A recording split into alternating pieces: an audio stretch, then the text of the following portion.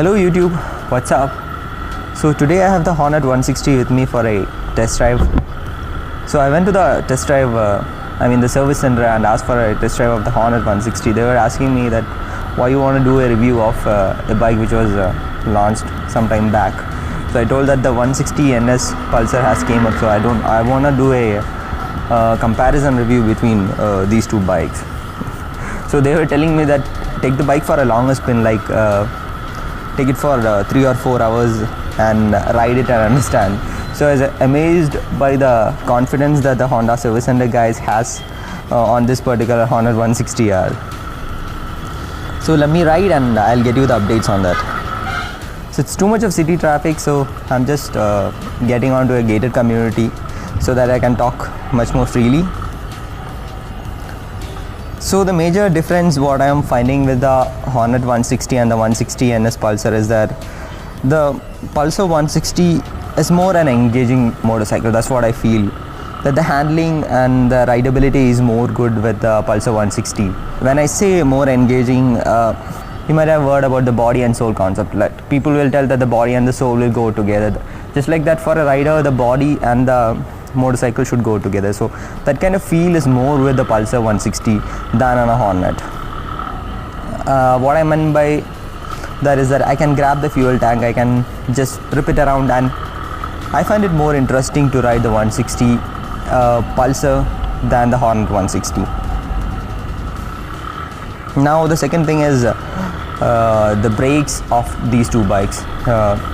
That's one major thing which need to be compared, because the Pulsar 160 NS comes with a front disc and a rear drum brake, and on the other hand, this bike, the Hornet 160, has a double disc with a combi brake system. So that makes a huge difference. Like the braking capacity of this motorcycle is way far ahead than the Pulsar 160.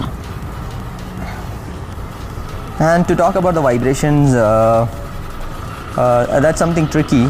The thing is, the Pulsar 160 has light amount of vibrations, but it is a rev loving bike. That's what I want to tell for that, because you can rev it up too hard to the red line and still it gives the same amount of vibration when it was giving in intermediate RPM like 5, 6, 7 RPMs. But on the other hand, the vibrations on the Honda Hornet is very less on the sweet spot of the bike, and when you cruise in 80 or 90, it is very smooth. But the thing is, when you push it over 90, say about 10k RPM range, the bike starts showing some kind of stress and it starts vibrating. So it shows some kind of stress, saying that hey, I'm not a rev loving engine. Maybe you push it onto the Pulsar 160. So that's one major difference I'm feeling here. And the third important aspect of these motorcycles are the mileage concept. So based on papers, I see that there is a very good mileage figure for the Hornet 160, and the company claims something like 55 km per liter or something, and on the other hand, Pulsar 160 NS is 45 km per liter. But I don't think you should look forward for the mileage factor if you are buying the Pulsar 160, because it's, as I told, it's a very rev loving engine, so you tend to rip the bike for a longer time, so obviously the mileage will go down. But on the other hand, the Hornet 160 is a very calm bike, so you will maintain that kind of riding character when you ride the Hornet 160, so you'll get a better mileage on this bike. The next thing is the looks. Baby, I'll tell that don't ask me about the looks part, because I will push you into much more confusions. I like the front portion of the Pulsar 160 and the back tail lamp section of the Hornet 160. So that's the reason why I'm telling you that I might push you into much bigger confusions over there. And the major difference with these two bikes are the tires, man. The Hornet 160 gets a 140 on the back. The rear tire is 140 section, and on the Pulsar 160 it is 110. That's a very disappointing factor with the Pulsar 160, because a motorcycle which can do a better thing like a performance motorcycle has a rear tire section of 110. If it could get a 140, then it will be the awesome one. But on the other hand, I feel that Hornet 160 will be very good on corners, because the 140 section is the same which we are getting for the CBR 250R also. So this Hornet 160 come with MRF tires by default, and if you can switch it to Michelin after the first tire set, then that's the awesome that you can do to this bike. You can corner it very well. And now to look about something on the long term of these two motorcycles. So you look at the history of the Pulsars and the Honda Unicorn vehicles. So any well-maintained motorcycle will last for a longer time. That's what I believe. I know people who are riding Pulsars for around 8 years or 10 years, and just like that riding Honda Unicorn for the same amount of time. It is because they have been maintaining the motorcycle. And I want to put it in this way. Say you tend to miss something on the motorcycle, like you miss the service or something. The Honda engines are something like a forgiving motorcycle. Say even if you miss one or two, no problem, it will just be in the pace and it won't go bad and all. But Pulsar engines are not like that. They are not forgiving. You miss one service, there are 10 that you'll end up in trouble. That's what.